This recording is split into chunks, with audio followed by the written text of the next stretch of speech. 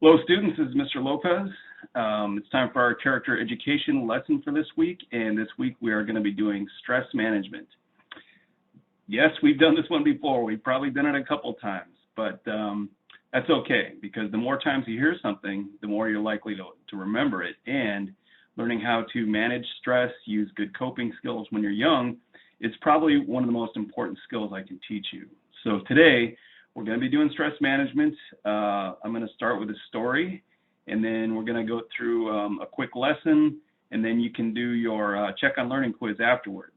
So hopefully you watched my first video when I described all that stuff. So let's go ahead and start the story.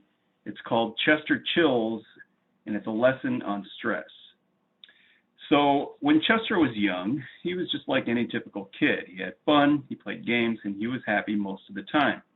But just like any typical kid, sometimes Chester wasn't happy. Sometimes he worried about things like his grades or storms, or whether he was going to score a goal during a soccer game.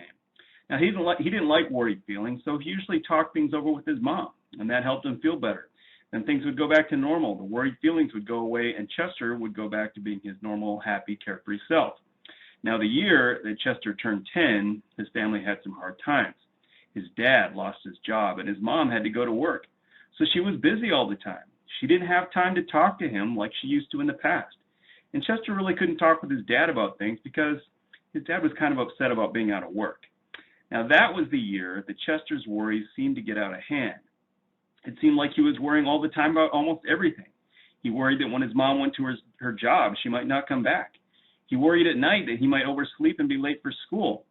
When he got to school on time, he was worried that he might be late the next day. Chester worried constantly about his dad's job, and he worried that he wasn't growing enough. He worried every night that he wouldn't be able to sleep, and then he started worrying that he was worrying too much. So naturally, all of this worrying had a bad effect on Chester. He felt tired, he felt upset, and he had headaches. And most of the time, he walked around like he had a big knot in his stomach. He knew he had to get help from someone. So Chester went to his dad, and he told him how he felt, and his dad said, "Oh, just try not to worry, son." Chester really tried to worry, but it didn't stop. So next, Chester went to his mom. Now, she wanted to help him, but she really didn't know what to do. So she hugged Chester and said, "Everything's going to be fine," and then she went to work. Nope, Chester didn't feel any better. So he decided to talk with one of his friends about his feelings, and his friend said, "Oh, Chester, just chill." Well, Chester tried to chill, but he didn't even know how to start. So he went to school, and he told his teacher about his nervous and his worried feelings, and she suggested that he see the school counselor, Mrs. Carlson. So Chester made an appointment with the school counselor. Now, after listening to him, Mrs. Carlson said that it sounded like Chester's worrying was causing him a lot of stress, and she thought it would be good for Chester to learn some ways to relax. She explained that learning how to relax doesn't make your problems go away, but it does help you release all the feelings and the bad feelings of worry and make you feel better.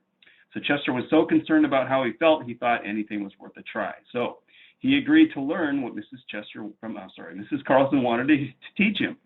So Mrs. Carlson taught Chester some things that he could do to unwind and relax when he started feeling worried and tense and stressed. As Chester learned these different techniques called coping skills, he began to feel more at peace with himself and the situations around him. In fact, he did such a good job of learning how to manage his own stress that Mrs. Carlson asked him to teach other children coping skills who have the same problem. So in the end, Chester really did learn how to chill. Okay, so let's go on with our lesson, and let's talk about stress management. So what is stress? Stress is, from the story, as you can see, just a lot of bad feelings like being worried, tired, angry, sad, frustrated, or scared. And when these feelings start to build up, like they did with Chester, where he was feeling worried about everything almost every day, they make you feel uncomfortable. They make you feel bad. So stress is a buildup of uncomfortable feelings, and eventually it makes you feel bad. What are things that can cause stress? Well, anything, any hard things, any hard issues to deal with in your life, any problems. These are just some examples. So like if somebody in your family was sick or went to the hospital, maybe somebody in your family passed away, or somebody went to jail in your family, maybe there's fighting at home, drinking, using drugs, maybe there's violence in your neighborhood, a shooting or a burglary, being bullied at school, tests, frustrations, not getting enough sleep, being sick, all these things with the coronavirus going on in the world at this time, these are definitely things that can make somebody feel worried, feel stressed, and not feel good. So what happens to us when we have stress over time and it doesn't go away? Well, we get headaches, stomach aches, pain in the neck, shoulders in the back, problems sleeping, eating, feeling grumpy, in a bad mood, feeling sad or depressed. So lots of bad things. Just like in Chester in the story, he had headaches, he had a knot in his stomach. So keeping stress and having stress all the time is not good. That's why we have to find a way to get rid of it. So what can we do to help our stress go down? What can we do when we start to feel bad? Well, that's where coping skills come in, okay? Use coping skills to help lower stress when it gets too high. So these next few slides go over a lot of coping skills that I'm sure you're familiar with, but again, the more times you hear it, the more you're likely to remember it. So talking to someone, one of the best things you can do, talk to someone you trust about the things that are causing you stress is one of the best ways to help stress go down and start feeling better. Physical activity, any kind of physical activity, doesn't matter, skateboarding, football, basketball, kickball, dodgeball, any kind of physical activity where you're running around, you're sweating, your heart's beating fast, that's going to help your stress go away. Relaxation, taking some time to relax your body and your mind. Those are good ways to help lower your stress, by taking deep breaths. Like, you do that 10 times, it naturally calms your body down. Stretching, listening to calm music, reading, thinking about someplace peaceful and relaxing, like the picture on the screen. And these are ways to help yourself and your mind relax. Writing and art.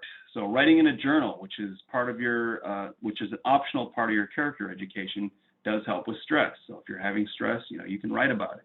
Creative writing, like writing stories, painting, drawing, coloring, these are all really good ways to help stress go down.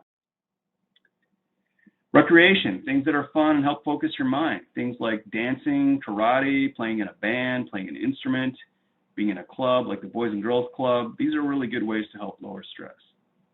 And I know we can't do all these things right now because of the situation with the coronavirus, but hopefully as time goes on, more and more of these things will open up, and you can start going back to the Boys and Girls Club, and go back to doing some of the things that you like. Positive thinking, okay, thinking good thoughts is very important.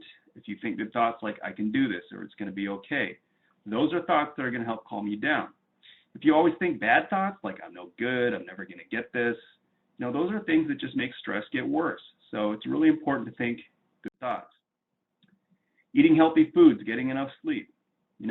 It's okay to eat junk food once in a while, but you don't want to eat junk food every day. Okay? That just makes you unhealthy, and it increases stress. So make sure you're eating healthy foods, not staying up all night playing video games or watching movies, and getting enough sleep at night. These are definitely going to increase your energy, and it's going to help you feel better and lower stress. Okay, and then just being in nature, going for a walk, going hiking, fishing or camping if you can are always fun, but these are great things to help lower your stress. And the last thing is, understand we can't control everything. We can't control the virus that's going on in the world right now. We can't control the weather. We can't control many things in our lives, but we can control ourselves, right? So focus on what you can control: yourself, your behaviors, your grades, your study habits. These are all things that if you focus on them, instead of focusing on things you can't control, that's what's going to help, focusing on things that you can control, which is yourself. And that's it. So I hope you enjoyed the lesson. It should be familiar to you. We've gone over it plenty of times, but go ahead and do the Check on Learning quiz and the journal. Remember, that's optional, but that's it for this week, and I will see you next week. Bye-bye.